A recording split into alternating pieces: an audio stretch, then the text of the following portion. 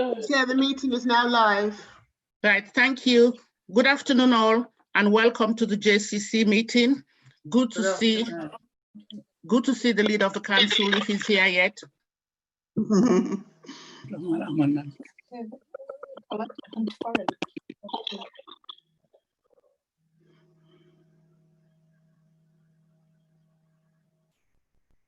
Okay.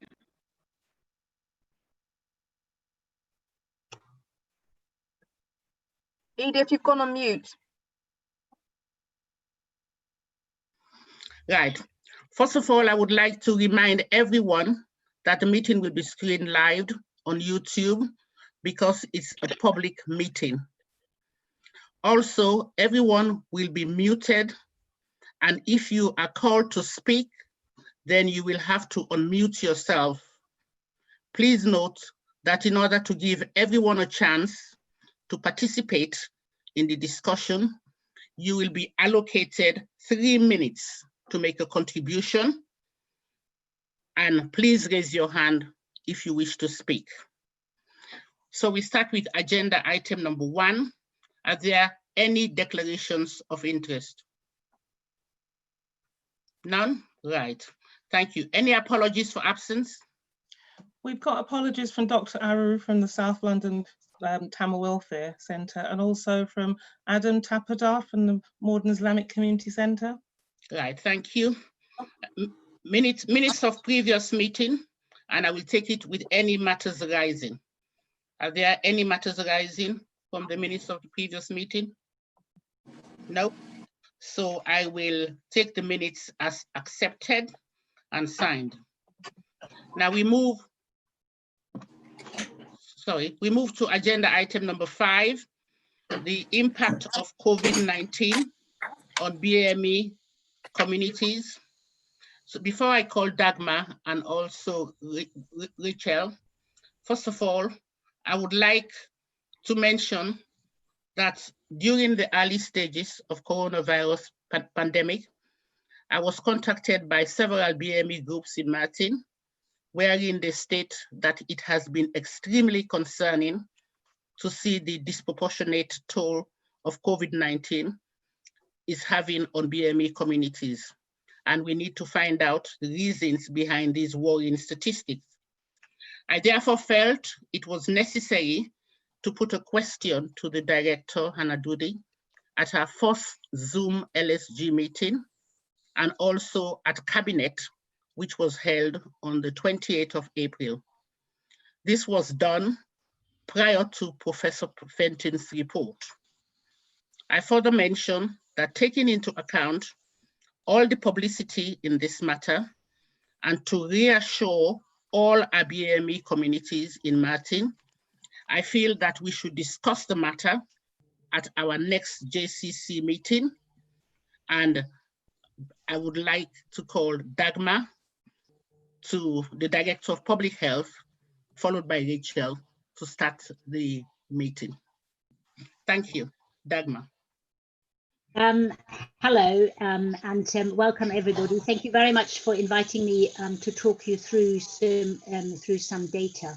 I'm not sure, Everett, whether you want to pull the data up or whether we're sharing the data afterwards or during the meeting. Okay, many thanks. It's on Amy's screen now, so you should all be able to see it now. Okay. Thank you, Amy. So, thank you, Amy. So very important that I start to tell you I'm only presenting some initial data. And it is very important that I'm presenting impact on infections and on deaths. And we all know, and I've already had really good conversations with some of you, that obviously the impact of COVID is not only on infections and deaths directly due to COVID, but there is a lot of indirect impact that the whole pandemic had on our communities. So we won't forget that, but I haven't got data now. The other really important and in a way frustrating thing is that some of the data are still very preliminary. and I'm trying to update the set as regularly as I can, but you will see that some of the data are not completely up to date because we have got limitations on what we can publish. Data get cleansed first. And where I haven't got the data, what I've tried for us to have as good an understanding as possible, I've presented some modeled data and also some what we call ecological data, where we just overlay some data sets to try to make sense. So more will come out, but I think we already can get quite a clear picture. And obviously this meeting has a focus on the impact on BAME, but we do have to be cognizant that there is a differential impact on other groups as well. And obviously the really big one that has been in the press a lot is on older people and on our residents in care homes. But we will focus on BAME. So this slide you are probably very familiar with. It looks at our infections with COVID in Merton, and this doesn't distinguish, these are just total numbers. And it is quite a useful slide in showing you how much of a wave this infection was, because you can see the light green bars are numbers of infections as we go through the April peak. And now we've got a little dribble of infections still going on, but nothing compared.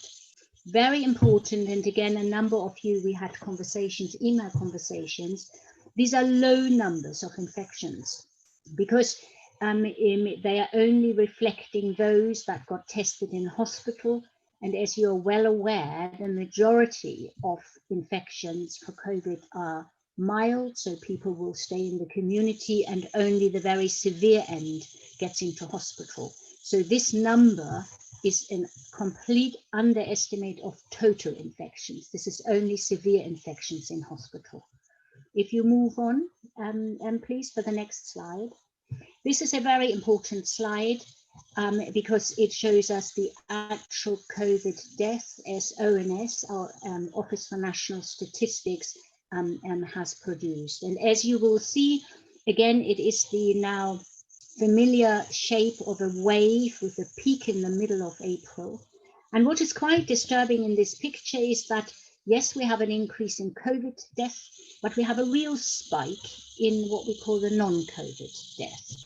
And there's still a lot of thinking about what could be the underlying driver. And one of the explanations is that there's probably under recording. So a number of those who haven't had COVID as diagnosis on their death certificate most likely have died of COVID. But because testing wasn't done outside the hospital, we are not clear.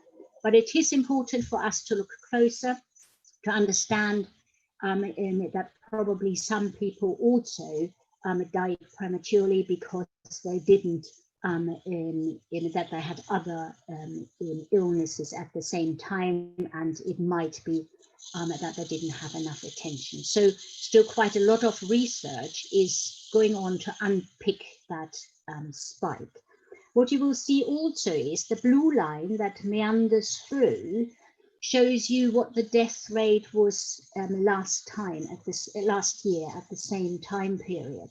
And what you can see is obviously the big spike, but you can also see now that we are in a bit under the death rate of what we had last year. And so what has happened is so the hypothesis goes that some particularly elderly and frail people have died prematurely of COVID who would otherwise have died possibly later in the year. So that again gives us only the overview of all death, but it gives you the pattern in Merton. If you give me the next slide. So this now comes that we try to say not only how many people have had an infection or have died, but who was it? And that's where the data become less good. But we have managed to get the East-West slide going. And what it quite clearly shows is that our first set of data which is from March to middle of April, so it splits right in the middle of the peak, shows us quite a distinct differential with more higher death rates in the East than the West. The second lot of data shows that differential less marked, but it's still there. And again, this is very limited, but we can start to hypothesize why that might be, because we have got more older people in the West, but we have obviously got more risk factors, including BAME in the East. On the right-hand side, because I haven't got directly measured ethnicity of the deaths, the data that I've got from ONS doesn't state ethnicity at the moment. When I get the death files, I, as a Director of Public Health, with a lag of 3 months, have access to all the death files, and there we can look for ethnicity, but they haven't arrived yet. So what I've done is I've modeled to get a feel for the scale of, in a way, the tragedy in our community. And the blue bits at the top are infections, and the green bars at the bottom are the modeled estimates of numbers of death. And as you can see, the impact on our community, there are numbers of people, each of and everyone as a single tragedy. And so it shows you the scale of the impact. If you give me the last slide, or one before last. This is, I think, a really helpful in picture that shows you what I say ecological data. So it is not one data set, it's different data sets that we overlay. And when you look at the red dots, the size of the red dots tell you in the number of deaths. And then we have overlaid that where they have happened and what other characteristics do we know from that location. And what you can very strikingly see, that we have more death in the East, we knew that. That is where we have higher shadings for BAME. And very interesting, we have got very dark shadings for high-risk occupations. And we've also got quite in a clear differential in terms of diabetes, whereas age is not quite as marked. So that these data can only help us to postulate some hypotheses, but more research has been done that confirms some of the drivers of the differential impact. So if you go to the next slide for me, please. So this is an extract of the Public Health England report and some other reports added in. So around BAME, I think it is really important that there is clear and now uncontroversial evidence. So we don't need to say we haven't got it. We have clear and uncontroversial evidence about the disproportionate impact of COVID on BAME. And there's really quite strong evidence of some of the main drivers for that. And a big one is deprivation. ONS has done really good studies on that. Another really important one is occupation. So it is occupations where you are exposed to the virus and where the person in the job has very little agency to ask for protection. Very important, low paid, little controlled jobs. Then there's housing, and it is the overcrowding that is a particular issue, and there's good evidence that COVID impacted there more. And the last really important driver is the incidence of underlying health conditions. And to all of our surprise, it is more the cardiovascular disease, and in particular diabetes, that predisposes to severe COVID. And a number of you, particularly from South Asian communities, will probably have seen the latest research about the much higher mortality, even in hospital, of people of Southeast Asian descend with diabetes. So there is something very strong going on.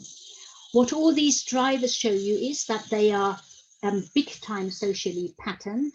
And as we know, even comorbidities have underlying factors that are socially patterned, whereas the biological bit really is quite a small factor, which means we can do something about it. And that's what the next slide is about. If you give me the next slide. Here I have given you some more of the qualitative research, which really underpins in what we've said, and we've taken quite a lot of the learning from the qualitative research. If you go to the next slide, to determine what the future work for the Health and Wellbeing Board will be. So we will develop further analysis. Absolutely, there are questions that we need an answer for, but we are particularly keen to work on lived experience. We need to understand what is behind the data and triangulate the data. And we're planning to do that with focus on BAME, older people, and also people with learning disabilities. And then we want to do action planning, because I feel there is a lot of clamour for more data, which I completely support. I'm a public health person after all, and we all love data, but I feel we have enough understanding to go into immediate action, because we need to protect from a potential next COVID wave or outbreaks. And we have enough information to say there are concrete things that we can do now with the community. And some of the ideas are, for example, we call it prehabilitation. So that is preparing people in case of a new epidemic. And that is relatively simple and straightforward things like calling everybody in from a high risk group with diabetes and checking out that diabetes is well controlled, ensuring that people understand if they have symptoms, they need to be tested. If they are positive, they need to self-isolate so that the whole community protects itself. So the slide summarizes for you some of the concrete actions that we want to do immediately. And then there are obviously medium term and longer term action that we also absolutely have to focus on reducing some of the structural inequalities, so that we have a sort of a safe, a fair and a green recovery in Merton. I leave it at that. Thank you. Right. Thank you very much, Dagmar. That's a very full and comprehensive presentation. I think I'll now call on Rachel Waddell, the Director of Children's Schools and Families. So Rachel, there? Yes, I am. Thank you. Thank you, Councillor Crawley. So very little to add to what Dagmar has already shared, because as you can see, the legwork around the data at this point has obviously been done with the public health team. The reason that I'm associated with this piece of work at all is because it has a link back to the Corporate Equalities Steering Group, of which I am a chair. So although the Health and Wellbeing Board has oversight, as Dagmar's last slide showed, of both the data work and the more action learning research with the community here in Merton, and looking in more detail into people's lived experience, and that body is overseeing it. The connection comes back into the Corporate Equalities Steering Group, particularly around the medium and longer term pieces of work, which are less focused on the immediate health impacts and prevention in the short term, and much more focused on structural inequality, those underlying aspects of deprivation, poor housing, association with occupations that may be detrimental to health, etc., which will need building on over the longer term. And it's the CESG that will have an eye on that as we hope the virus itself disappears into the background. But these continuing inequalities in society will need to be addressed. Right. Thank you very much, Rachel. I think before we start the discussion, as I explained when we started, if you need to speak, can you put your hand up and you'll be allowed to speak for 3 minutes. So we'll start the discussion now. I can see Logi's hand up. Logi first, and then Councillor Henry and Councillor Akijina.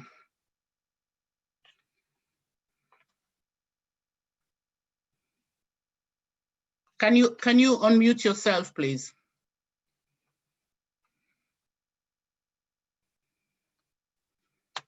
Logi, can you unmute yourself? Yes. Right. Can you hear me? Yes. Right. Just two questions on the care home.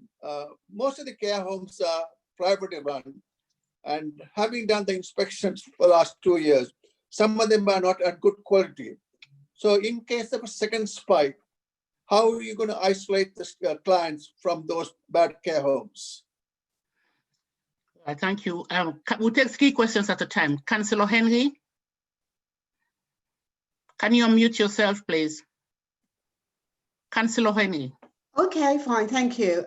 Thank you, everyone. Thank you, Dagmar. I have 2 questions, please. The first one, I'll say, can you please analyze BAME for me? Because, okay, we have white and we have black. And I'm confusing with BME. We have the Polish, we have Asian, we have Chinese. So that's one of my questions. I'd like you to analyze and tell me who, BME people are. The next thing is, you stated that the amount of death we have, most of the people that die is within the BME community. However, you did not say what nationality they are from. And that's really confusing me. So if you can just put a little bit more effort in that and let me know exactly what you're talking about, please. Thank you. Councillor Akijina. Can you unmute yourself, please, Councillor Akijina? Yeah, thank you both for your report. From what I gathered, I mean, thank you. I'm a bit more relieved with what I read before with the COVID-19 report, because the initial report was, as soon as you sort of picked it up, it said more Black people are more likely to have the COVID-19 if you test them. Well, I think everybody's more likely to have it if you test them, but that's a different issue. But now they're saying that Black, BMEs are more likely to, they're the ones dying, Black disproportionately are dying. But going by your chart, when you looked at it, it was more sort of white people that are dying than Black people. I mean, there's 90 with the positive, I think it said, and then 24 who have died, whereas there's 401 in the white section, and then there's 100 and something. So I know there's other issues which I'm concerned about, which you brought up, which I'm very happy that they're going long term, they're going to discuss housing and stuff like that. But to make statements that, Blacks are more impacted to get the illness, when it looks like, we have issues to getting it because of working, being on the front line and stuff, but that front line issue is always stated as a matter of fact. Not that, it must be stated at the beginning, this is why they're having it. Not because they're more likely to get it because, they're a Black group. And I find it very annoying, very, very annoying. So, I'm glad you've explained it, but this is what it should be explained a bit more. And we must let people know that it's not because of this, that's why they're getting it. It's because of, work, housing, and stuff like that. That's why they're getting it. Yes, there's diabetes and that, but I'm happy to know that you're going to, long term or short term, you'll call people in, if they've got diabetes, make sure their diabetes is being checked. But then again, what I feel that when you call people in with all these sorts of illnesses, you have to make sure that, people are treated well. A lot of people don't go to hospitals, doctors, mainly doctors' appointments, or, or their surgery. Councillor Akijima, your 3 minutes is nearly up. Can you They wind don't up? like it. So can we sort of try and improve care for the people before we start going anywhere, and how people are treated, because that's really important. Thank you. Thank you. Dagmar, do you want to take those 3 questions now, please? Yeah. Thank you very much. If I start with the care homes, Logie, we already had some conversation. Care homes obviously had a big outbreak when patients with COVID infections were discharged into care homes in order to make space in hospitals. And what we have organized in Merton very quickly is really quite a comprehensive support scheme for all our care homes, and that includes the care homes for the elderly, care homes for people with learning disabilities and mental health. And we have developed a multidisciplinary support team really on tap 24/7. So it's a big thank you to our health partners as well, to colleagues from adult social care and public health. And we work very closely with Public Health England. So any suspected case in a care home immediately got a hotline to phone, got tests delivered into the care home to test all the residents. And so got then an infection control support, checking that they have their PPE, and in support from remote primary care if they had some clinical issues. So not wanting to in any way talk away that we had a lot of deaths in care homes. The moment we realized the outbreaks in care homes, I think in Merton, I have to say, mobilizing to have a comprehensive support around it worked really well. And you will be aware that we had to put a submission together to the Minister of Health and Care, which has been published, and also that the Safeguarding Adults Board has taken this issue up and is continuing to keep a very, very close eye on the overarching well-being in care homes, where infection control is one important point. So that's around the care homes. If I then come to Councillor Henry, I think it is spot on that you rebel against having BAME all lumped together. You're not the only ones. A lot of the qualitative research and stakeholder involvement that Kevin Fenton has done is absolutely reflecting that BAME obviously is not a homogeneous group, but is constituted of loads of very different groups. So it is in a way quite an artificial construct. And indeed, further analysis is happening to unravel in subgroups. What you will understand though is that I'm pretty much bound as well by the type of data that I have access to. So at the moment, this is basically just in white, and everything else is almost lumped together as BAME.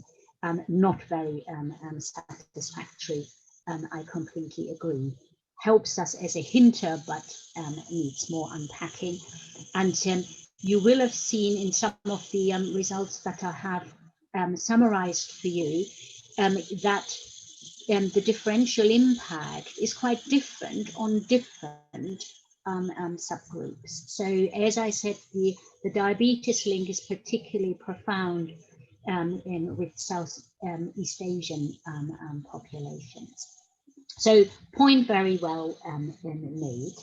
Then if I come and speak a little bit about in how we present the findings. So what I think is really important to get the balance right, to say what and describe what we can measure. So what we measure is an association. So we can observe that amongst those who have died of COVID, a big proportion are from BAME communities. So apologies that I have to use that category at the moment. and we compare that with the proportion they take up in the general population. So because of the general population in obviously having more white people than BAME people, the overarching numbers of death in white people are much bigger, but the proportion of BAME in groups impacted is higher. So that is just the nuance what we measure. I think you've put it really well to get the balance right, to say what are the causes of the causes of why we see that association between COVID impact and death in BAME communities. And for me, it is really important, as you said, to unpack what the drivers are and spell out that occupation, housing, deprivation, and comorbidities are key drivers that we can do something about it. And I had in various conversations with colleagues and communities, BAME communities, who have actually rebelled and said we do not want to be stigmatized as in being biologically more susceptible to COVID. It's a fine line. We cannot afford any whitewash because the data are stark, but I think we have to face very much on the underlying causes. And let's face it, racism is also one of those social determinants. So I think we have to face up to it. If you think about the occupational driver, if you have lack of agency because of racism and you can't ask for PPE and your white counterpart gets PPE and you don't get it, that is an issue that we have to absolutely spell out and do something about. And that's why I think looking at the data in the way we do, unpacking it is really helpful. Right. Thank you, Dagmar. I've got the chair of the Muslim Women of Merton. Are you there? Hi, thank you, Councillor Macaulay. So I put the question up in the chat box, but I just wanted to understand how Merton will be taking forward the recommendations from PHE's report. And specifically, I'm referring to the last recommendation, which we've just focused on in terms of some of the structural determinants of why we are where we are, and this is sort of the long game, right? And what is Merton's long game plan in terms of tackling ethnic inequalities on a number of different levels? I mean, it's COVID today, it might be something else tomorrow. So it'd be good to hear what the long-term plans are for the implementation, please. Right. Councillor Irons, can you unmute yourself, please? Thank you, Chair. I'm new to the group, so thanks very much for having me. Just to say, I'm really relieved to hear that the council is thinking action can happen now, because we have enough data and we know what the issues are. Because I think the problem of kind of pushing things to the middle distance it kind of happens when things like this, because they're complex and tricky.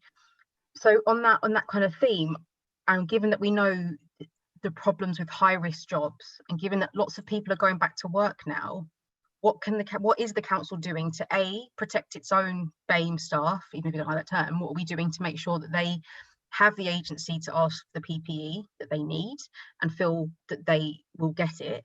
And I know that for care homes has been a lot of work, but I'm just talking about in general, any kind of contractors that the council are using, how are we making sure that those staff are protected?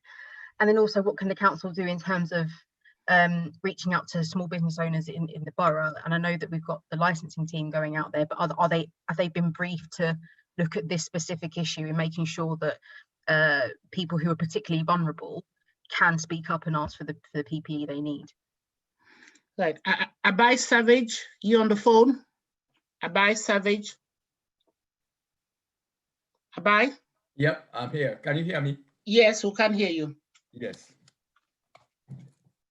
Well, I've had quite a good lecture from Dr. Dagmar. What she said about the drivers, which we all seem to know. here the problem is they tend to say we've already inherited the past. We need to build the future. Because what Dr. Dagmar has just mentioned about all the drivers that are causing this serious harm to the BAME community are already known. We know them all. Why I say we know them all, going back from the Scarman report long years ago, talks about inequality, deprivation. Leaving that, we came to the McPherson report, which was eloquently written, and that was commissioned by the council itself, the very council, Merton Council. This document, recommendations were put there, which the council agreed to say things like tackling inequality, poverty, access, commitment of equality and whatever. Then the council also had its equality and diversity strategy, 2013 to 2017. But from what I can see, none of these have been implemented. They knew all about these disparities. So for this reason, I just want to know what Jed, John Dimmer, the leader, are going to do about this, because they've known this all along. They've known the disparities and nothing has been done up till date, because all these disparities are things that we know. The drivers Dr. Dagmar mentioned are there, we can see it. All what is being published, we are aware of it. So to me, that is past now. What are they going to do specifically about this? I don't want them to be, we know what's going to happen. We know the death rate. Thank you. Thank you, Abai. Dagmar, we've got 3 people. Yes, so can I actually invite some of my colleagues from the council, maybe Jet, I don't know whether Tobin is here, because I think it might be more appropriate if they comment on those questions. Chair, I'm very happy to start if that would be helpful. Okay, yes, thank you. Thank you, Jed, that's fine. Yeah, certainly. So I think all 3 are variations of the same sort of theme, really. So I'll try and respond to those as best I can. So going to the social determinants of health and the Marmot report, I think it's been known for a significant period of time that the factors of what drives ill health are highly connected to how society operates. And in many ways, we spend a lot of the time and resources that we've got on managing the symptoms, the outcome of ill health, rather than as a country focusing resources on tackling the causes of that ill health. And you can see that very clearly in the way that funding is provided to different parts of the system. So the NHS itself is significantly underfunded to start with, but has a significantly larger proportion of resources allocated to it than to local authorities or other parties who are able to intervene in the way that society operates. So we start from a difficult position to begin with. We've had 3 things that have happened recently that have brought this much higher up the agenda. It's really good that it's higher up the agenda. It's really bad the 3 things have actually illuminated the issue. So we've had within the UK the issues that Dagmar's been talking about how the disproportionate impact of COVID-19 within communities. We've also had within the way that we've managed COVID-19 a disproportionate enforcement policy. So you are much more likely to have been fined for breaching the COVID regulations if you're a young black man than if you come from any other category. And then we've also had the experience of the murder in America of George Floyd, bringing to light the experience of disproportionate approaches to policing, which have galvanized the world really in horror and outrage about those issues. So we're now in a process of responding to that. we're responding both within the council, picking up some of Councillor Irons' points. So we've tried to resuscitate the Black and minority ethnic internal staff grouping, which had fallen into disuse. We've had 4 meetings already of staff to help start that group operating. Rachel has been working with Liz, who's on the agenda later on, and with staff to ensure that that operates as a self-operated group, which will help bring forward recommendations and proposals, which the council I know will be very keen to hear and then respond to. And we're working through this group to now start thinking about how we engage with the community, because one of the key roles of the joint consultative committee that we're now in is to make sure we have that connection to the community.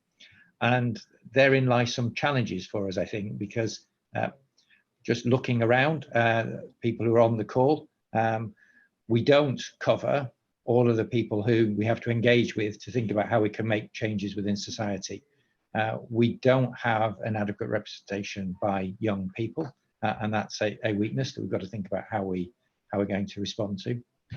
And we need to make sure that we're then working through the other agencies, because the council will never on its own be able to make the kind of changes that are necessary. We're going to have to work through the health service, going to have to work through with police and with other agencies. So this is a start, not an end of a process. And I have huge sympathy for those who are saying, we've heard all of this before. We've heard reports being commissioned. We've heard people are going to listen. And what actually happens is nothing in the end, or very, very little. It rests with us to try and ensure that that isn't what happens this time. And I can certainly give my personal undertaking to use all of the levers that are within my control and all the things that I can do to try to ensure that in the light of all the terrible things that I've listed that have happened, something good does emerge from it, which is real change and a real improvement in society in Merton for all who have to live within it. So that would be my contribution, Chair. Thank you. Anything else to add on, Dagmar? Rachel, yeah. I just wanted to add some specific detail, firstly around the internal work for our own staff. So Jed remarked on the fact that we'd had 4 initial discussion sessions to resume the BAME forum for staff. The last one of those was this morning, and the output of those, so those are led by our Black and minority staff and convened by them. I'm the sponsoring director, I suppose, at CMT, because you'll have observed that we don't have representation at our most senior level in the council. So I'm bringing a paper out of that, those 4 initial discussion sessions to CMT, which will be about how that forum wants to constitute itself, what it wants to prioritise for staff, and how it will go about that, and securing the council's support for that work to take place. Before the outputs of that, we established in our staff risk assessment an aspect of that risk assessment that was focused on our Black and minority staff and the consequential additional risk to them of COVID-19. So as we return more and more staff to face-to-face work, we are working through with them a risk assessment and looking at mitigating those risks, asking the questions whether work has to take place face-to-face. If it does, what form of protection staff need, if there are alternative ways of undertaking the activity. And so those pieces of work are already underway, although the forum itself is not yet fully re-established. The one other thing that I wanted to mention was the Corporate Equality Steering Group. The next meeting of that is the 23rd of July, and that's the point at which that group will get an opportunity to look at what's emerging as the strategic response and the threads within recovery that are focused on our minority communities. And so just to give some milestones really for people there. Right, thank you. Right, I think we now move to the next 3. Can I have Zinga first? Thank you very much. Mine is really just a short point. in a way, I'm tired of meetings. I'm quite an activist in the community. What I'd like to see is more effort be put into encouragement for people from Black and minority groups to take power and take charge of the demands that they need to make on the council and other agencies. Because I live in Pollard's Hill, and the issues, there's so many meetings about the issues, on and on and on. And for me, people are only going to believe when they actually see real commitment to creating change. So for me, it's about self-empowerment of the communities so that we're not always the victims, if you like, but that we see ourselves as being in charge of our health, cooperating and demanding what it is that we think we need to ensure that we are not always at the front line, bearing the brunt of the inequalities. So for me, that's going to be crucial, because otherwise people are going to say, oh, I've heard this all before. They keep on, for me, it's about, we keep on hearing this, but we really want to see action to bring into being real change. And that means empowering people in the communities where the inequities are occurring, because they have been ongoing for years. So, you know, for me, it's about real change, real commitment, and mobilizing people in those communities. Thank you. Slavic, do you want to unmute yourself? Yes, I will just emphasize what the previous speaker said, and it would be actually good to know if the Polish communities and the Eastern European community is part of the BAME, and if so, I would like to actually have some more breakdown on on the numbers based on nationalities. That's pretty much it. So we'll be able to actually see if the Polish and Eastern European communities working on the front line are put at risk, or we will see at different categories and it's not affecting us. So that would be me. Thank you. Cynthia there. Cynthia. Right. Okay. I take Fitzroy then. Fitzroy. Can you unmute yourself, Fitzroy? Sorry. Just a question. I gain a lot of information from all the eloquent presentation and speakers and response and various questions already tabled. But I still think that we're in a culture of further research. Anytime anything happens that affects the community, there's further research. And indeed, Aida highlighted what's happened to George Floyd and the effect that's happened globally. But those who are Black, and I prefer to use the term Black than the kind of melting pot of BAME, which I think should be separated out and know what ingredients that makes up that BAME, so we can clearly deal on the individuals, cultures that's within the BAME, and try to resolve some of the issues that they're experiencing. But I do feel that we are over extensively researched continually with outcomes, without any outputs, and any benefits to the individuals that are experiencing disproportionate, sometimes racism. And I think if the council's looking internally into its own workforce and externally into its own community, are we saying that there is some issues within Merton that needs to be dealt with? And so that would be my question, because I get the feeling that maybe there is an issue here. If it's always been highlighted and we're constantly being researched with relevant outcomes, but there's never seemed to be much of a solution to many of the problems that has been happening within the borough as a whole, from within the council and within the community. Thank you. Thank you. Can we have an answer to those 3 questions, please? Hello, can you hear me? So if I pick up a few and then invite some of my council colleagues. So first of all, around the active empowerment, I think your offer is great and very welcome. And as you will have seen from the last slide that I shared with you in terms of next steps, they are indeed not just gathering more data.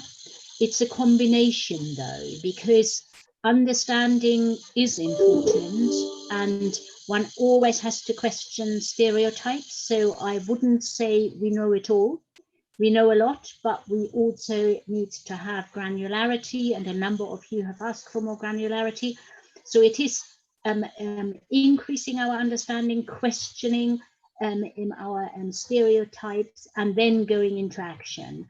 And with the absolute participation of the community. So not an approach doing to the community, but working with the community. And that is the invitation that is absolutely out there. And we very much as a Health and Wellbeing Board welcome that.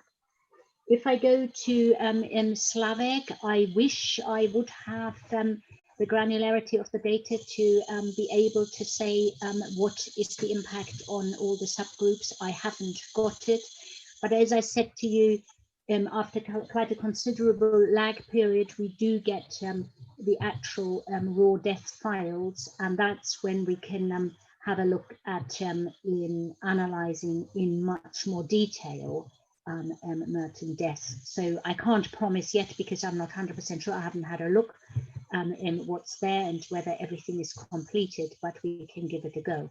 And we obviously keep on the outlook because I'm working also at London level, and a lot of more analysis is happening with the help of London expertise. So coming back. Fitzroy, obviously you challenge and say one can hiding behind asking for more research, and I'm with you. So absolutely it is the combination of in increasing our understanding, and for me it's the lived experience. Data can only tell you so much, but also not hiding behind it and taking the action that is necessary. And for me, we can really prove whether we're about words or not, if we can raise to the challenge of the immediate actions that we have to take now to protect our communities road. And finally, around the insidious sort of hardness to move structural inequalities, I think we all share your frustration, but there is part in me as well that says, don't underestimate of some of the changes that have happened. It is clearly not enough. And you might remember that my annual public health report, when I came relatively new into the borough, and I did see these inequalities staring in my face, I said, there's a council that is committed to do something about it. What has actually happened to the gap? And I tried, and the report is actually quite difficult because it's difficult to look at trends of inequalities. And lo and behold, there wasn't a really snappy conclusion. Some have actually got better, others have got worse. And there is always room for a lot more manoeuvre. But I feel we also have to build on some of the good things. And John Dimmer actually before this meeting reminded me to say, yes, I mean, COVID, a complete tragedy and the disproportionality in one of them. But Merton has also really, really pulled together and pulled off a lot of fantastic work, be it the community hub, be it mobilizing the volunteers. There has been a lot of exceptionally good work in the communities that you have all been part of. And so let's not be all completely nihilistic, but say we've got something to build on. Jed, would you like to come in, please? Yes, thank you, Joe. I was just going to pick up some of the points, particularly that Fitzroy was powerfully making. And I think the picture is, as Dagmar was saying, that the progress has been mixed. But I'm not sure I would take quite as bleak a picture of it as we might otherwise. Certainly while I've been in the council, I've experienced no lack of commitment or desire to take action in this area from the various administrations who I've worked for, and certainly the administration that's been in power for the last few elections is absolutely committed to try and tackle the issues that we're discussing today. And there are councillors on this call who've been intimately involved in that period.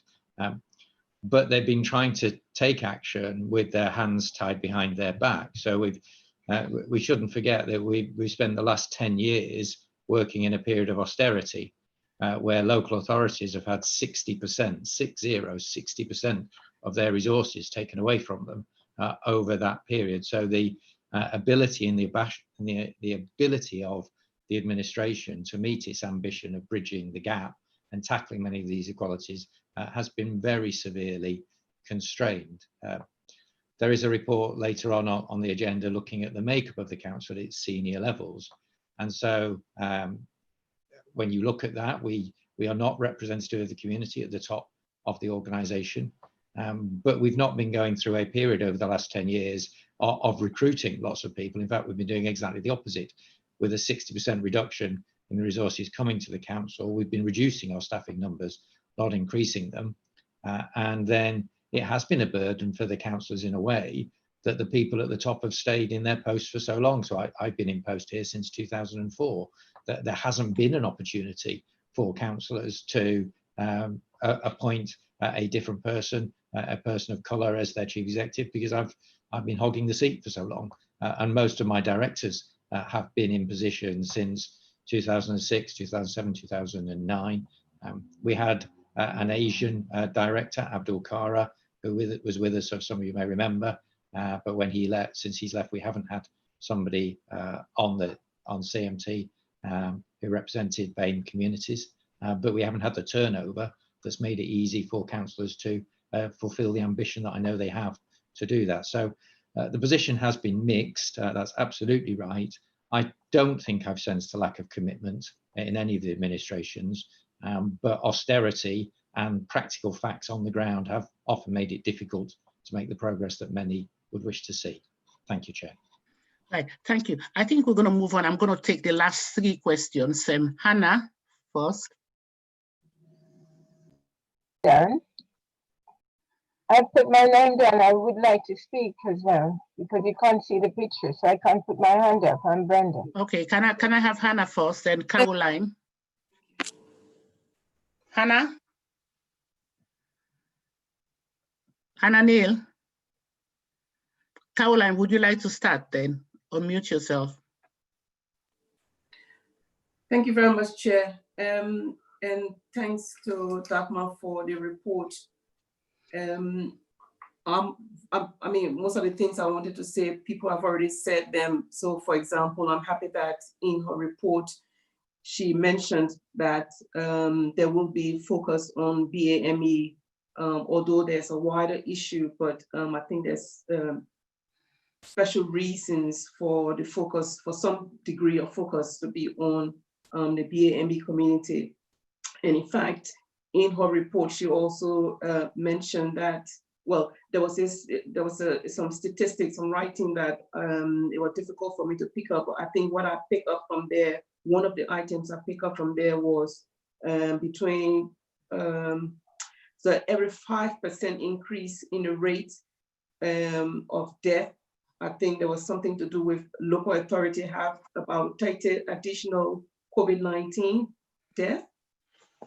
So if you can please just explain that a little bit more, because I didn't quite pick it up, but there was some percentage about every 5% increase in the rate of death. There was an additional 30 COVID death relating to BAME people. I think also one of the points I wanted to make, people have been making, is that we do need to see real action.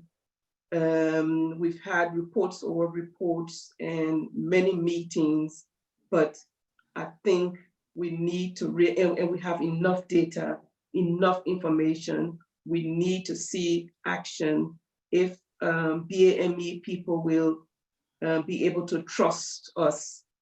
I'm a councillor and elected member, so I'm also part of the council. So if sorry, are you winding up? You see, Mrs. O. Oh, sorry, Danielle. Okay. So if people are going to trust us, we need to be able to put things into action and see things happening. The housing is a problem. Housing is an issue. So many people in shared accommodation. When we talk about COVID-19, that's a very thing. We also need to see more BAME representative in the council. I heard Jed talking about not having the opportunity, but I think Councillor Kupamabea, that's on the next item. I'm going to take Hannah now. Sorry, I'm going to take Hannah. Hannah, can you come in now? We can hear you. Right. Can you? BAME members, and that is throughout this. Can you hear me? Yes, we can. Throughout this, perhaps the council has done presentation has. There's something wrong with your line, Hannah. Can I ask? Can you hear me? Can I ask Councillor Brenda Fraser to come in then? Thank you very much. And I've listened with great interest to what has been said, and some of it is things I was thinking of. But I just want to add a few things and for clarity. This term BAME, looking at what was read to us and listening to other people, it doesn't seem to, nobody seems to know what it actually means. And I know what the initials mean, but it doesn't mean that in real life, it seems. And so we need a criteria, or I would like to find out what criteria did you use to come up with that term BAME? Because really, when it suits some people, you put some in and you take others out. And the situation with COVID and Black people, because it's really Black they're talking about, we get stigmatized, more like the Chinese have been, for thinking that we're causing different things. But in fact, we really know that it's because of the jobs that they do and the lack of care they've been given. Yeah. Sorry, you hearing me? Yeah. Lack of care. But what I find nationally and locally, we are very reactive. None of this, apart from the fact of this COVID, most of everything else have been there all the time. I've sat on a lot of scrutiny meetings, and we've talked about how to reach people, how we're going to do it, and we never seem to get there. There is no end product in any of it. And Nzinga mentioned some of that, and I really believe that that's where we need to go. I am, for myself, I'm tired of tick boxes. I'm tired of actually just talking and getting nowhere. And so we really need to now start putting things in action. Everybody knew what the structure of the council was. So why are we talking about it now? It shouldn't take COVID to look at that. And I really, I've been here 10 years and I've been watching. I have been instrumental in bringing a few Black people into the council, because when I looked around, I couldn't see anybody, hardly anybody who looked like me in the council chamber. And I wonder why, when we represent the whole community. So I really would like for the people who are at the top to actually put these things in action and stop talking, please. Thank you. Thank you. Can Dagmar, do you want to take that? Sorry. Can you hear me? So very quickly, Caroline, I couldn't quite catch what the question was, so maybe can we take that outside if there was something not clear in my slides? If you just send me an email, I will endeavour to clarify that. Unfortunately, Hannah, Neil, I could not hear you properly. It was all broken up. So if there's anything, do hopefully send it in. Councillor Fraser, as we've discussed before, I think you're absolutely right to say BAME is not all that helpful. If you want a definition, the definition is based on census ethnicity. So the data that I get are using the census ethnicity categories and add them all up to produce BAME. So that's just clarifying these few points. Thank you. Right. Thank you very much. I think what we're going to do is we're going to move on to, we'll carry on to agenda item number 6 because it will sort of all blend in, and that will be improving BME representation in senior roles. And I'm going to be asking Liz Hammond and also the director, Rachel Waddell of Children's Schools and Families. But before I do so, I would like to mention that this item has been in the JCC agenda on numerous occasions over the last 10 years. Most recently, we had a discussion on the 24th of September, 2014, and then we had a presentation by Dean Shoesmith, Head of HR, on the 5th of December, 2018, and Rachel also and Kim Brown were there. And so we've been discussing this issue for many, many years, and we still haven't seen a change. So I will ask Kim, Liz to start off and then have Rachel to do the backup. Thank you. Good afternoon, everyone. So I'm Liz Hammond. I'm the interim head of HR for Merton Council. I've been in this post for coming up to a year now. So obviously I wasn't around when you've previously been discussing these particular issues. So if I just sort of summarise some of the key points of the report. So this report was taken at the 18th of June. Obviously the first quarter hadn't quite been finalised. Hi,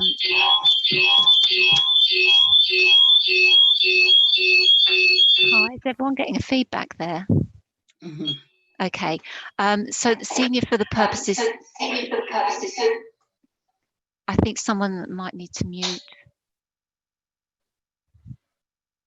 Okay, so senior, we're getting feedback. Everybody's muted except you. All right, okay. So senior for the purpose of this report reflects the top 5% earners of the organisation. That's a standard measure that's used. We ask people to regularly update their ethnicity details on our HR software. We do that numerous times a year, but we've still got 21.1% of our top 5% earners who have not declared their ethnicity. Well, obviously this probably slightly distorts the picture. Obviously we don't know whether that's positively or negatively. One of the appendices looks at the comparison with London councils. We do that on an annual basis. Unfortunately, the data that you're seeing is last year's data because the metrics sharing that we do is only currently underway at the moment. So as of last year, the mean across London councils was 17%. We're slightly lower than that, that mean figure at 14.1% at the moment. And the proportion of BAME overall for the council, which is excluding our schools staff, is 33.8%. And we've got 14% of the top 5% earners who are from BAME. In recruitment and selection, and as Jed has so rightly stated already today in this meeting, that we have relatively low turnover in that top 5% category. So the data that we're looking at, there's not much movement, and also we get one person leave or join, it actually quite distorts the data quite significantly. So previously, we've reported that we had 11 vacancies. This was from 2015 to 2019. We had 11 vacancies, 46 applications were BAME, 40% of applicants were BAME, 40% of those shortlisted were BME, and 33% of those appointed were BAME. More recently, from the beginning of this year, we've only had 2 senior appointments made, of which 50%. So one of those posts was successfully filled with a BAME individual. There's a number of measures that we've taken in terms of recruitment to make sure that we're having a representative panel, for instance, and that we try and make sure that the panel members are appropriately trained in recruitment selection processes, particularly unconscious bias training. And we're currently procuring an online recruitment and selection course, which will make sure that we address that unconscious bias training for all people that go through the recruitment training. We have piloted blind recruitment at senior level. However, it was a process that really falls down, because the normal part of senior recruitment will be that candidates will ask to speak to the recruiting manager when they show an interest in the role. Because at that level, obviously, the move to another job is something that people take very seriously. They want to know more about the organisation, what the recruiting manager's aspirations for the role are, and to make sure that it's a good fit. And of course, as soon as that conversation takes place, it's very easy then to identify or make an assumption, and it could be a wrong assumption about the ethnicity of that individual. I've set out in the report, which I won't go into in detail on this call because you'll already have read it, is the information that we put forward to CMT in order to make a wider decision about blind recruitment across the council, and all the pros and cons of doing that. There are huge issues with potential discrimination in the sense of making the process completely blind. It makes the process cumbersome. There's a lot of roles within social care, for instance, where we need to be very fleet of foot in bringing people into the organisation and making the process as smooth and as easy for candidates as possible, which blind recruitment would really be detrimental to. So for many different reasons, which I've outlined in the report, the decision was taken that we wouldn't apply blind recruitment, but there were a number of measures that we would take. So in terms of actions, you know, as I've said before about the shortlisting and making sure that we've got representation on panels, we've introduced diversity and cultural awareness programme training for staff. It's interesting actually that over our courses, all our training courses last year, we looked back to see what the take up was of BAME individuals, and the take up was actually 48%. And when you consider that we've got 38% of staff who are BAME, that actually shows that there was a high proportion of BAME staff that were actually accessing our training. We make sure that with external recruiters that we use for senior appointments, that they are instructed to widen their net out as far as possible and to make sure that they are encouraging BAME candidates.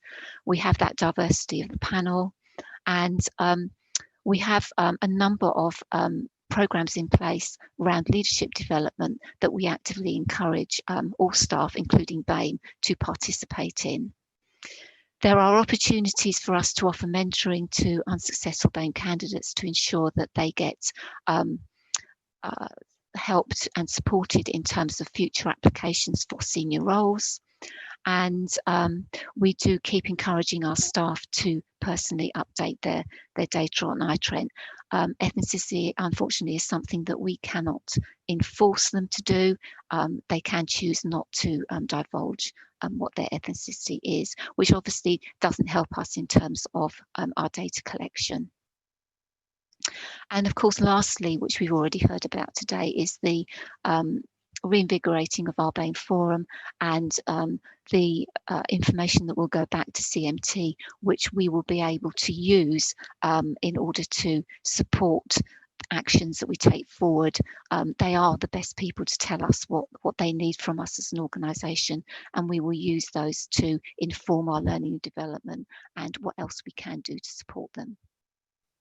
I'll leave it there for questions. Thank you very much, Liz. Rachel, would you like to say something? Just a little to add, which is that although the outcome has not been what we wanted, the action that has taken place since the last time that Kim and I were in front of this JCC has been focused on trying to increase representation at senior levels. And what we've noticed is that those efforts have, I can't say that they've driven the reverse because that's not clear. But while our staff body generally is increasing in its diversity, our senior management levels are decreasing in diversity currently. So the efforts that have been made so far, whatever their good intentions, have not paid off. So it's not that nothing has been done, but it's that the outcomes have been negative. So for those reasons, changing what we try to do in order to secure better representation at senior levels makes obvious sense. Liz has outlined some of the things that look more promising, but I also noticed a list of recommendations in the chat, some of which are already very much part of the current conversation about what we might do differently. So I welcome those suggestions. Right, thank you very much, Rachel. Does anybody want to participate in the discussion on this? Right, I'll take 3 people first. I'll take the chair of Muslim Women and Fitzroy and Councillor Henry. Thank you, Councillor McCauley. A couple of things I've just put some in the chat, which are there for people to read, so I won't repeat those. And one of the issues I've just sitting in this call for the last hour and a bit, that is very clear to me, that I can only see one white councillor. This is a JCC meeting. These issues that we're discussing, they are relevant and pertinent to the whole of our population. So why is it that 99% of the councillors that are on the call are BAME? Can somebody let me know why that is? I can only see Councillor Bailey on my screen, who is, from what I can see, a white councillor. These are, until we shift this conversation, that this is a issue that affects the whole of society. It's not just a BAME issue. And until that gets through to society and through to all of us, there's not going to be any change. My councillors, I'm in Merton, the Merton ward, I don't see them at these JCC meetings. Why is it? And I would really challenge you, Councillor McCauley, to have a look. You mentioned at the start that this issue has been brought up several times over the last few years, to do an audit to see how many of the white councillors that represent the whole of the borough are actually involved and included and participating and actually doing something for their residents on this particular issue around ethnicity and inequalities. I'd like to see that brought to the next meeting. Thank you. So I will stop there. Thank you. Right, Fitzroy. Fitzroy. Yep. I just wanted to highlight a point. Thanks for the information there from Liz. And one thing that was raised was informed learning. And one of the informed learning assessments, I wonder if the borough does this, is that I've been here 20 years in the borough. So I've seen other officers come and go and enjoyed working with many of them and still enjoy working with them presently. regardless of their ethnicity. But there has been BAME officers and councillors that have moved on. Has there been any informed learning done on the reasons why, or on their experience of working in Merton? So if you ask the BAME candidates that are departed and done some research in relations to that nucleus, you can then get an idea of the present pulse within the borough of how the BAME and staff we have are feeling to encourage bringing in new BAME individuals within to expand the reflection of what the community is in Merton. Thank you. Councillor Henry. Thank you. Thank you for your report, Liz. What I'd like to find out, for those 8 people who were employed, what department were they placed into? It's just short and simple, please. Thank you. Can Liz or Hannah, do you want to start off? So in terms of the informed learning of the BAME experience of those that have left, that's not obviously I haven't got the history of that. And yes, we do exit interviews, and we would need to look at that data to see whether there is any specific references as you've suggested. So I would need to come back to you on that. And Councillor Henry, where were they placed again? I would need to come back to you on that. So, Rachel, do you want to come on? Yes.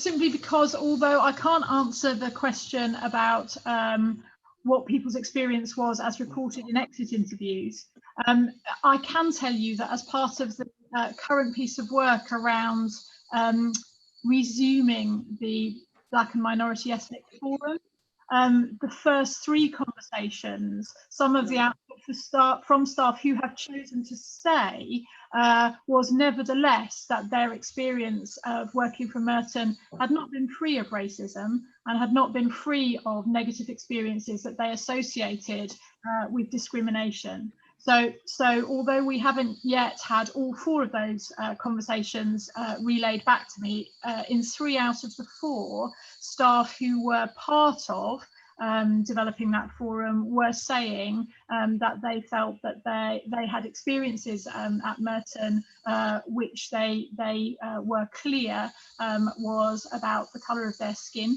and that they wanted to see us do better. So I would be astonished if some of the staff who left us didn't also feel the same way. And I think it's important to acknowledge that in this call. Right. Jed, would you like to come in, please? Yes, thank you, Chair. I wanted to pursue the point that Nuzhat was raising as the chair of the Muslim Women's Movement about member representation on the JCC. I think it'd be really helpful to help engage with a wider group of members on this key issue. But just as a piece of context, I think it is quite hard for the different parties when they decide how they're going to engage through the JCC, because you could well imagine the community responding, a different community responding very differently if only white members were on the grouping too. So it is an issue that needs to be thought through carefully about how we handle it. But it would be excellent if we get many more members engaged in thinking through the way that we can improve on this topic. Thank you. Right. Thank you. Hannah, are you there now? Hannah?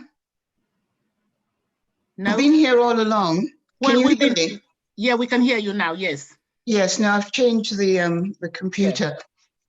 Well, it's really not about the second, it's in a way tied with it, but I'd like to comment about the first bit, and that was the whole thing about the COVID, to say what the BAME organizations themselves have done. Our first thing was to get in touch with the council to express our dismay at the statistics that were coming through. And we've offered work that can be done. And I think the work that we've offered is quite different from those that are being suggested. We're suggesting a bottom-up approach to things, so that we go into the communities now. As so many people have said, we know exactly what the situation, what the issues are. We helped develop them here in Merton. We worked very hard with the CCG to develop the work, so that when all these reports were coming out, Merton was well aware of it already. The CCG was well aware of it already. What we're saying is now, in the threat of a possible second wave coming, we need to prepare our communities to handle whatever is coming. And we feel that that is by building resilience amongst the people. Our communities know what their illnesses are. They know what the medication is. Merton has been excellent in work with diabetes, in work with so many areas. It's not that people don't know. What we really need now is to go into the communities, give them that confidence, so that they know that they can approach their doctors, they can speak. The people who have died, quite a lot of them have felt they had to go to work, even though perhaps they didn't feel well. So it's giving people the confidence, giving them the resilience, so that if the second wave comes or anything else comes, our communities are prepared to deal with it. That's really what I wanted to say. We are working with the council on quite a lot of areas. Thank you, Hannah. Councillor Bailey. Can you unmute yourself, please? Sorry, I'm really bad at Zoom. I hate it. Just to go back to the point that we were talking about with trying to improve diversity in our top 5% of earners, I wonder how the name blind applications, though, for various reasons, didn't feel like that was working. How can we start there? Why don't we start on maybe more junior roles and then mentor up? If it's such a challenge to get people in the director roles or assistant director roles, why do we not start like a little bit lower down and build on that? I was just wondering if there's any real reason. And also, I know we talked about the difficulties of people wanting to have like pre-meets and chats with the recruiting people. So I can see why that would be a challenge. But in terms of actually doing it, like what are the real like blockers? So if it's name blind and we're literally just taking a name out, like is that in itself a challenge? Right. We've got 3 questions. Thank you. You want to come in, Liz? Yes. So in terms of the junior roles, I suppose our issue really is not at the junior roles. The junior roles, we are 38% BAME, which is absolutely reflective of Merton as a whole, which is 38%. So we totally reflect the community. So I think to challenge ourselves to try and go above that when we are already representative of the community is probably not where the focus has been. The focus has been on the top 5%, because obviously we are not representative of our community in that sense.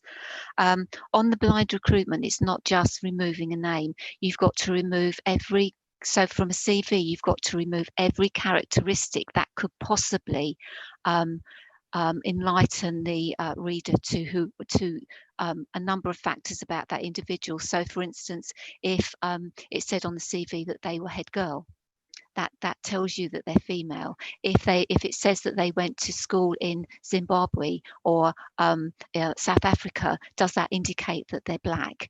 So you've got to go through a CV and you've got to totally strip it of anything. And from a council's perspective, if we, not only from the time consuming aspect of that, but if we were to make an error in doing that, then we could be putting ourselves in the realms of discrimination, inadvertently discriminating where it had not been our intention to do that at all.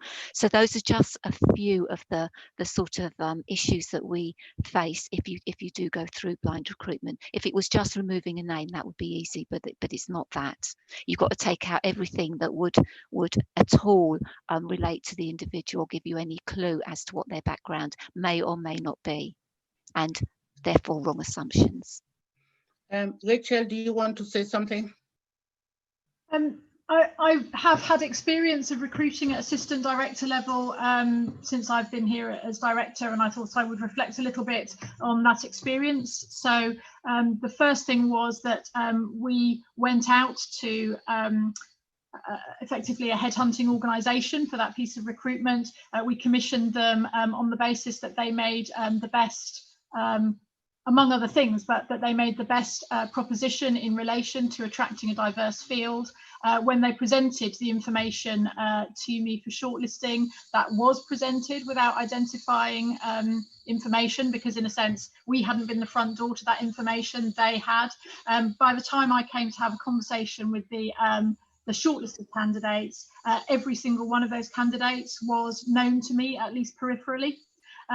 Because at that level, in this small world of children's services, that's often so. If I had a bias, one of the ways to mitigate that would be diversity in the panel. So one of the things that is in Liz's report is establishing a diverse panel for selection. And one of my steps of assurance in that selection process is that there was a diverse panel convened to undertake that process. And the panel, the members themselves, observed and reflected that it was the most diverse panel that they had participated in. And notwithstanding that activity, we appointed a white woman to the role to replace the outgoing assistant director, who had been a white man. And so although many efforts were made to try and remove bias from that recruitment process and to mitigate against bias if it were introduced, for example, by the fact that I'm a white woman, we ended up, I have a senior team which is now 3 white women, actually, which isn't what I would have gone out intending to create. So there are some real challenges about arriving at the diversity that we seek at those senior levels, but I don't think that should stop us from continuing to try. Right, thank you very much. I think I'll take one more lot of questions, because it's just past 4:30 and we have to do the Windrush. So Councillor Akijina, Abai, and Councillor Caroline Cooper-Mabea. Thank you very much, Chair. I've been sitting here listening to it, and this is a bit like deja vu. You know, we seem to be going around in circles talking about these situations over and over and over again. I remember when I used to try and see if we can get black heads. You know, we did a task group, James, you know, we were on the task group. We managed to sort of do a good task group. Recommendations were good, and I think the recommendations were shelved. I mean, I had people, I knew teachers that were leaving Merton because of all sorts of racism that's going on. I mean, the former deputy education deputy was good. I'll go and tell her, and she'll try and maybe sort things out if she could. But, you know, I mean, it's been how many years? I think it's only in the last 4 years we've really sort of had 6 years that we've got black heads, and now we've got quite a few black heads, but most of them are sort of in the academy. I'm glad we're doing this, but I hope we're doing it in a positive way, because I don't want to come back here next year singing the same song. It's ridiculous.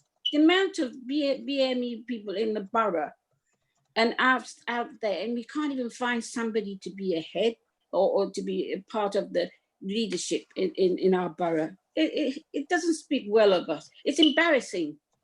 When I go anywhere and people ask, you know, I'm embarrassed. I have to make excuses. Oh, we've got really, I mean, I'm not saying we haven't got good leaders, but it's just wrong. It's just wrong. So, you know, I think we've got to do something. I mean, Brenda and I used to go to schools. I mean, one head, when we were asking about BME members, the one said, oh, yeah, we do have them. But when they come, oh, they're not really good at filling forms. Who would come all the way for an interview and not be able to fill a form properly? You know, so I hope this is going to get somewhere, because otherwise I'm sitting here thinking, oh, God, here we go again. Thank you. Abai, and then Councillor Cooper-Mabea. Okay. Thank you, Edith. My greatest worry, I've heard all what has been said, but my greatest worry is that To me, it appears our voice is not being heard as a BME voice. Because if we look back, we went through sweat, blood, you name it, all sorts of troubles we went through. And at the moment, we don't seem to have a voice. If you look, of course, I'll pay tribute to people who've helped us all the way. I am one of those people who've been complaining to Edith for quite a while about we're not having representation, we haven't got his support, and so on and so forth. Of course, I'm very grateful for all our support she's been giving us. She's been taking note of all what we said. She's been coming to our meeting to help us to grow. But to me, I just feel that the council is about to exterminate us again, as they did in 2010, when all the minority organizations funding was withdrawn from them. Because if you look, the support we're not getting at first, when this BME voice was established, we are given certain funds, which has run out, hoping that maybe it will be top or whatever. Instead, they've reduced it. I have complained to Edith on so many occasions on this. Because of this lack of funding, we do not have any voice at all. We are not able to do what Hannah has just been saying, that we are aware of what's happening, but because of this lack of funding, lack of support from the council, we don't seem to be making any headway. That's why I say, of course, I'm not damning everyone as such on this, because as I say, Edith has helped us a lot. That I'll salute her for that. And in support of Edith, Everett has always been there for us as well. Sometimes she comes there and play her role. But I'm just wondering, where is this BME voice going to go? Because at the moment, I don't seem to be hearing much of it. We haven't got any concrete funding coming our way. So to me, it's just as if we are on a path of a slow death, which worries me, because knowing how long and how much fight we had to put in to get it as our voice, and yet no one seemed to be paying any attention to us, no support for that matter. So really, it's worrying me. I am finding it very difficult, and sometimes I do get a sleepless night, because when I think of all what's going around as a BME person, and nothing is being done to help our plight, it worries me. As I say, it's not something I enjoy. Councillor Henry has also been playing part. She's been supporting us. She's been coming to our meeting, and whatever help she gives. But all that is not enough. I expect John Dima to be able to take a lead and help us to go through this applied, because this is the only BME voice we've got. I don't want it to disappear, but the lack of support, the lack of recognition seem to be penetrating to that area that we may soon disappear, which is something I dread. That's why I say, Edith knows nearly every week I'll phone her, I'll complain. She's been doing all her best. In fact, I remember she's one of the pioneers in helping us to get our feet. We've got our feet now, but she can't be there all the time for us. Why is this support lacking, this recognition lacking? If you look all what's been said here, they're all true. And the only voice that can speak to John, Dima, and then Jed is the voice, but we are not being given the recognition, and the support is not there, because I heard recently, not only that our funding they're giving us has to be cut. Imagine before you gave us 20. Now that the problem has grown out of proportion, you're reducing it to 10. How can we function? How can we do this? And for that, I'll just say, we are very grateful to ECHO, who's been providing their administrative support for us. Otherwise, our voice is of nowhere. So this, I want John to think about it seriously, because I don't want us to go down the plight of slow death. And finally, I'll say thank you to Edith and Everett. You've always been there for us and been helping us. I hope you'll continue to do this for us, because had it not been you people, imagine all the meetings we've been having from 2014. You've always been there. Thank you, Abai. Yeah, it would not have been Thank good. you very much. Don't worry. The BME voice is going to be very strong, still going. Well, Councillor Kupama-Bear, thank you. Thank you very much, Chair. I'm going to be very brief. I just wanted to, I have a question that is very similar to Councillor Bailey's question, and I don't feel hers will answer, so I will still put that question forward, because mine is, why don't we promote BAME people within who are already employed, promote them when higher positions come up? And I think that way we'll be able to have people who already know the system, who already know the council well, and we just sort of promoting them. You know, are they not applying for higher positions? And if so, why not? Because I think anyone who's working will want to move up and not just get stuck at one level. So, you know, I think that's a route we need to look at. I think that's quite similar to what Councillor Bailey asked. But I know recruitment is not easy, especially listening to what Rachel explained, what she went through to make sure that she was recruiting fairly, and she still ended up with a white person. I think she did exceptionally well to go through the process that she did. So now I'm just thinking we need to rethink recruitment, because I know it's not an easy process, but we really do need to rethink how we recruit in Merton, because we do need better representative at a higher level, at the senior level. We need that. So please rethink it, Liz, and please answer the question. Thank you. Thank you very much. Liz, and would you like to start? And then we'll have Rachel after that. Yes, so in response to why don't we promote BAME people, I don't know why we wouldn't. You know, they have the same opportunity to apply for roles in the same way as they would if it was an external role being advertised and external candidates. So I haven't got, what I can't give you at the moment on this call, I would have to come back to you, is whether we're able to provide stats on that internal promotion process and how many people applied that might have been BAME and how many appointments that were made. I haven't got any data on that on me or in my head at the moment that I would be able to give you to be able to disprove one way or the other, I'm afraid. But there is no reason in my mind why we wouldn't be promoting people internally within who are BAME if they are proving themselves to have the capability or the aspiration and the promise of developing into a role. Right. Rachel, did you want to say something just to wind up on that?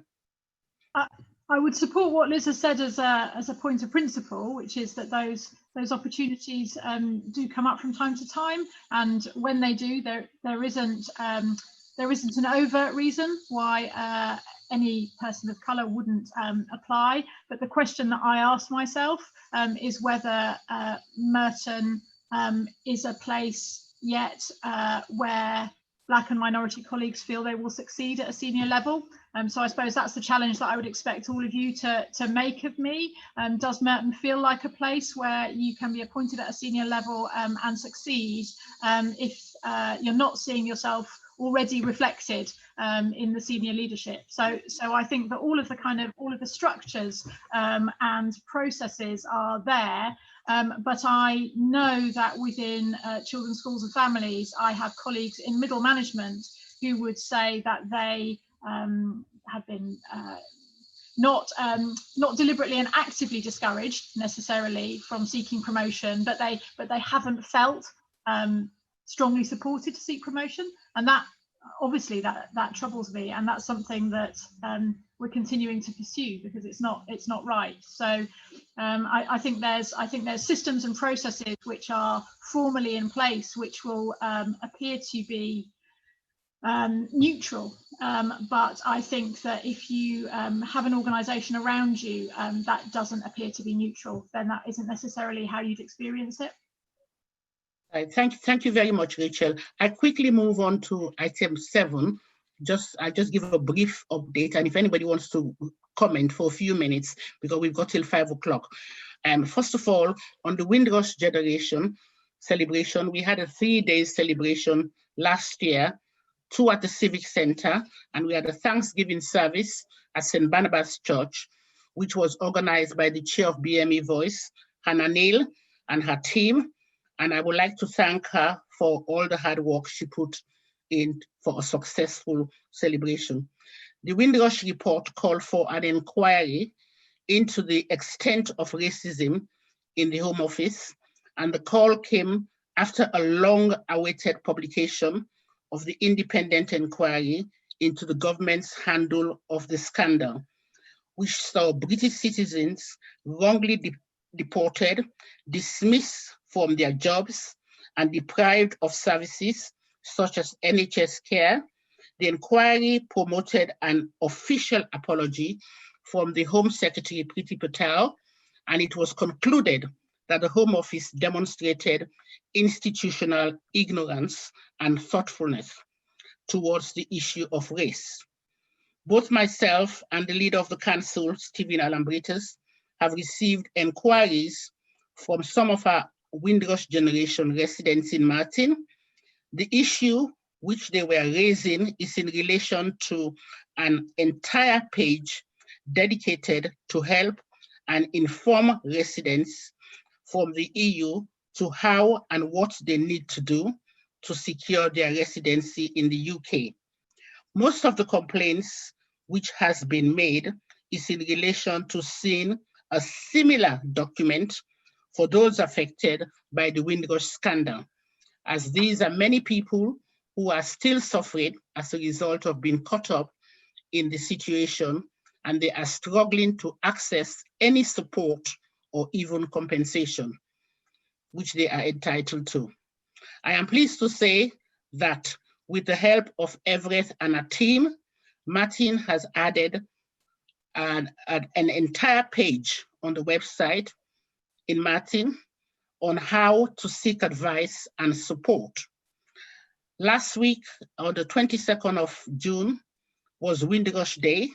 Sadly, the pandemic prevented us from holding a range of public events that had been planned.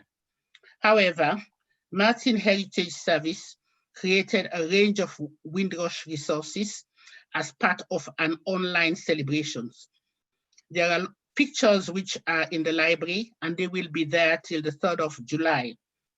In addition to the Home Secretary, Priti Patel, has now informed Parliament last week that she has accepted all of the recommendations from the Windrush review, and she will provide an update before the summer months on how she will implement these representations before the summer recess. Everyone who has applied for compensation will be paid in full, and if anybody who has any problems in relation to the Windrush scandal, please refer to the Merton website. Are there any questions in relation to what I've just said? Yes, Fitzroy? Just to highlight the fact that last year's Windrush celebration was supported by various groups, not to mention Western Family and Friends Association, WIFA, and the chair, Tony Sandiford, who led that. And I remember being actively involved in various activities that was managed by the chair of WIFA. So I would like that to be highlighted in this forum. Secondly, I believe that the Windrush stigma that is present, ongoing, is another form of institutional racism on steroids that's affect quite a large generation of the BAME community, especially Black Caribbean, that came to help this country under request. So I think it's about time that something is done, and it needs to be monitored and to be reflected, and for any possibility of reoccurrence to be prevented. Because what I really find happening sometimes is when government is caught out with their hands in the till doing something wrong, they will resolve that, but will do something wrong in another aspect. that will affect the BAME community. So I think that needs to be monitored and to be reflected on, make sure it doesn't go under the radar and everybody is truly compensated, because the spoken word is good, but the practical giving sometimes is lacking. Thank you. Thank you. Yes, I agree with what you just said. And I must say, I must have left that out. Tony and his team and yourself, Fitzroy, played a pivotal role last year in relation to the food. The food was absolutely delicious and it was enjoyed by everyone in the 2-day celebration. I think it was the Saturday and also on the Sunday. And I would also like to pay my thanks to you too for all what you've done in promoting the Windrush generation. And I hope that you will continue to play a pivotal role in this thing. And if you know of anyone who require any help in relation to filling their compensation form, they should look at the website or contact their local councillor, and we can see what we can do. Okay, anyone else wants to make any further comments? Hello, Yeah. can I Paul. introduce Yes, myself? go on, Paul. Yes, thank you. I'm Paul Odell, not part of the Merton Council, but I am a police officer, and I am just been elected as chair of the BAME and BAME Belief for England and Wales in the Police Federation. So I represent 120,000 police officers and 9,000 current BAME police officers in the Metropolitan Police. Just going back, when you saying about recruitment, retention and promotion, sorry, just step back a bit. And I know we had this issue in the Metropolitan Police, in the police organisation, and the Met Police employ 80,000 staff, so quite a big organisation.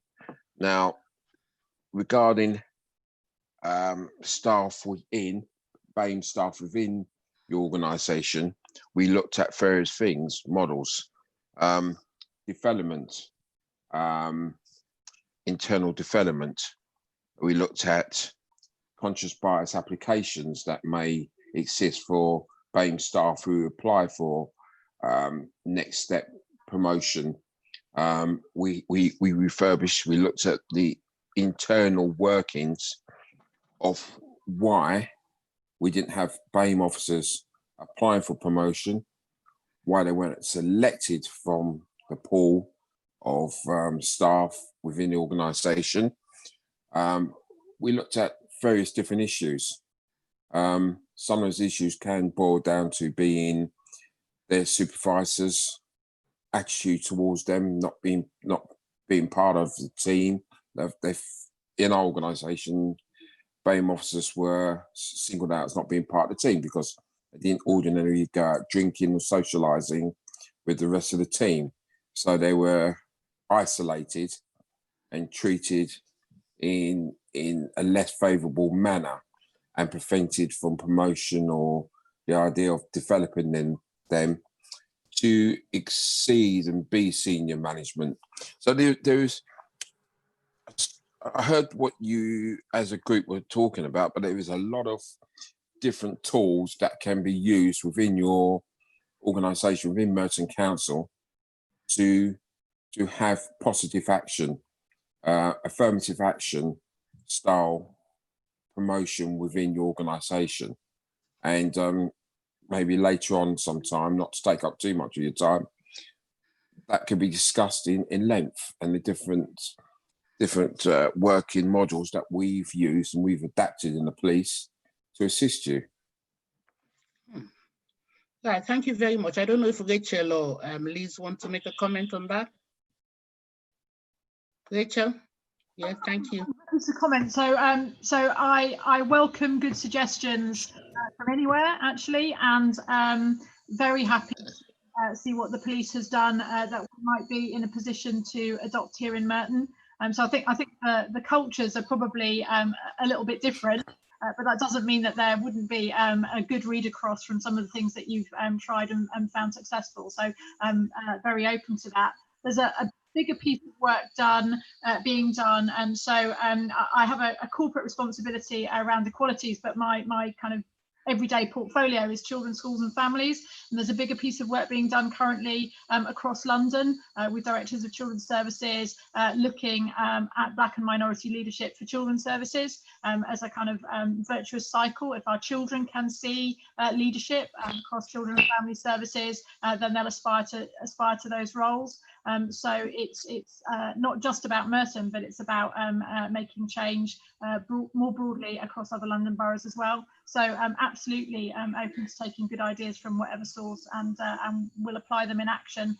Some, I have no doubt, will be more successful than others, but that's life. And if you're trying and you're learning and you're getting better all the time, it's worth doing. Thank you. And lastly, before we go, Tony.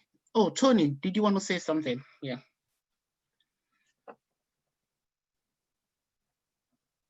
Do you want to unmute yourself? Do you want to unmute?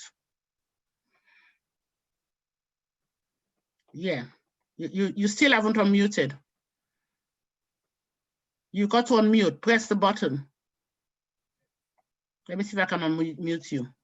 No, I can't unmute you. You have to do it yourself. Can I say something while Tony's working out how to unmute? Okay. So hello, thank you everybody for inviting me. It's my first time on the platform, but on the back of you know, trying to bring in more candidates from the BAME community, perhaps you might want to look at changing your narrative and changing the way you approach this, because at the moment all I hear is this huge effort to colorblind. Take them out, take out the name, take out the background. Why don't we represent modern Britain? So instead of, and change that. So the emphasis really ought to be on the unbiased training. You know, bringing in people like Jane Elliott who can help with this, and actually looking at how we can, you know, understand each other better, understand the historical events that have led up to this, and start to address those issues from within. You are the Director of Children and Education. So hopefully you're looking at the disparity in outcomes between the Black community and the average, national average, which is a huge gap. And why our children come into your system above average, but before they leave the primary system, they're behind. So this is why I come back to this unbiased training and understanding what is it that, you know, as human beings, we bring to the table in terms of bringing it into our workplaces, regardless of where we come from. And that starts to actually, without realizing, change. I mean, I say this is very, very important. I'm a finance director.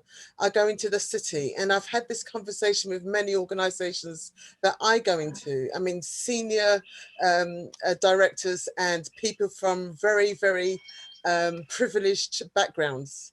And with all our meetings, what has come out is the fact that there is a lot of unintentional bias. Some of the way we talk in the meetings, and sometimes the way they talk about the young people, they talk in a way that is actually assuming that they're confrontational, or whereas they're passionate. So I think there needs to be real in-depth look. Change won't come in the council by ticking the boxes. Change can only come from re-education, going back out there and understanding who people are, really intending to understand. Because you talked about, for example, the director of public health. She talked about the statistics about the disparity in the Black figures in a way that was quite wishy-washy, when she expressed the fact that we are disproportionately more affected, which is true. However, she couldn't give answers to why, who are they, where do they work, where do they come from? So there's not a real intent to be honest with that narrative. So, you know, we need to really go back and question ourselves. Do we really care? Are we coming from a point of really making change and using this with what's happened on the back of George Floyd to be a true renaissance moment in this country. Thank you. Can I just get Tony in quickly? Tony, you're unmuted now. Tony, unmute yourself. Could I, if Tony's struggling to do it, could I just quickly... Okay, Omar. Councillor Omar. Sorry, I've lost it completely just now, the picture. Now, what I'm saying, I've listened to quite a bit here, and what I gather, that we have got lots of information. You give us everything. But I believe that we need to look inward. I think personally that we need to look at restructuring the JCC, the function of it. Because what's happening these days, the last 20 years or 15 years, there have been these meetings. People go along, you hear things, come back, do nothing, go along again, hear things, come back. But not a lot have been done. I think that we need to restructure it, make it more meaningful because we're doing the same thing we were doing 15, 20 years ago. And that's why your members are actually dropping at these meetings, and people are not having that interest in it. We need you to tell us what's happening at these meetings, but we need to be able to bring things from the community to you as well and let you know. So we can have an even balance. Then we can go back to our various groups, deal with them, pass that on, and then it would be more meaningful. These meetings would be more meaningful. And I think we have a broader spectrum of people to actually deal with, and we get everybody actually included. And as for councillors, etc., I think I wouldn't want it to be overcrowded with councillors, of course, because I think there should be some mechanism where the council or the councils will allocate certain people to be at certain meetings, so that everyone have a fair chance, because you're not be there at every meeting. But we can appeal to a wider group of people in Merton. Thank you. I think it needs restructuring. Thank you. Councillor Omar Bush, have the last word.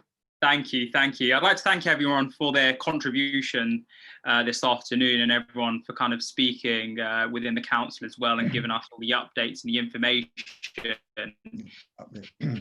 There was one point that really resonated with me, and that came from Grace, who spoke about unconscious bias in society and how that puts BAME and Blacks in a position whereby they are being discriminated without people actually knowing. And I think it comes down to these individuals and this unconscious bias being trained. So I think people need to they need to undertake training, whether it's at school, whether it's within the council, whether it's within external organizations. I think the core of it is, if we're able to train people how to prevent unconscious bias, we will be at the forefront, and we will be one step ahead in ensuring that unconscious bias is eliminated. Because without doing the necessary training, which I don't believe a lot of organizations do, there's no way that we can ever kind of eradicate and remove that unconscious bias, whether it's from the top or the bottom. So I think training is really key. Even within the council, I think more training and more needs to be done to ensure that people are made aware, whether people have those feelings and thoughts. But I think a lot of it comes from the unconscious bias, which is where majority of the issues arise. And once again, whether it's at school or at the council, I think it's something that even a little bit of training or that open conversation that you have with children, because even children at school, with the language that they speak, when they say it in banter, they say things in banter, but then these things that are being said in banter, when they grow up as adults, they then have those same sort of idea, but it's not acceptable, as we've seen in society so recently, and the kind of repercussions and the open conversation that has kind of led to. And I think the work that everyone's doing tonight, whether you're a councillor or you're an external organisation that sat in here tonight, I think we all have a massive role to play in society and in the community to try put pressure and ensure that we eliminate that unconscious bias, and so that everyone is treated the same, and so everyone has an equal opportunity to position to society and to everything in general. But yeah, that's my kind of parting point. But yeah, I couldn't agree with Grace anymore. Yeah. Right. I think I would like to bring the meeting to a close. Thank you, everybody, for coming. It's been a very, very interesting meeting. And obviously, if anybody has any further questions they would like to ask, they can send an email to Everett, and then Everett will pass it on to either the Director of Children's Services or to Dagmar, and then you will get a reply. But thank you so much for coming. It's been a fascinating meeting, and stay safe. Bye-bye.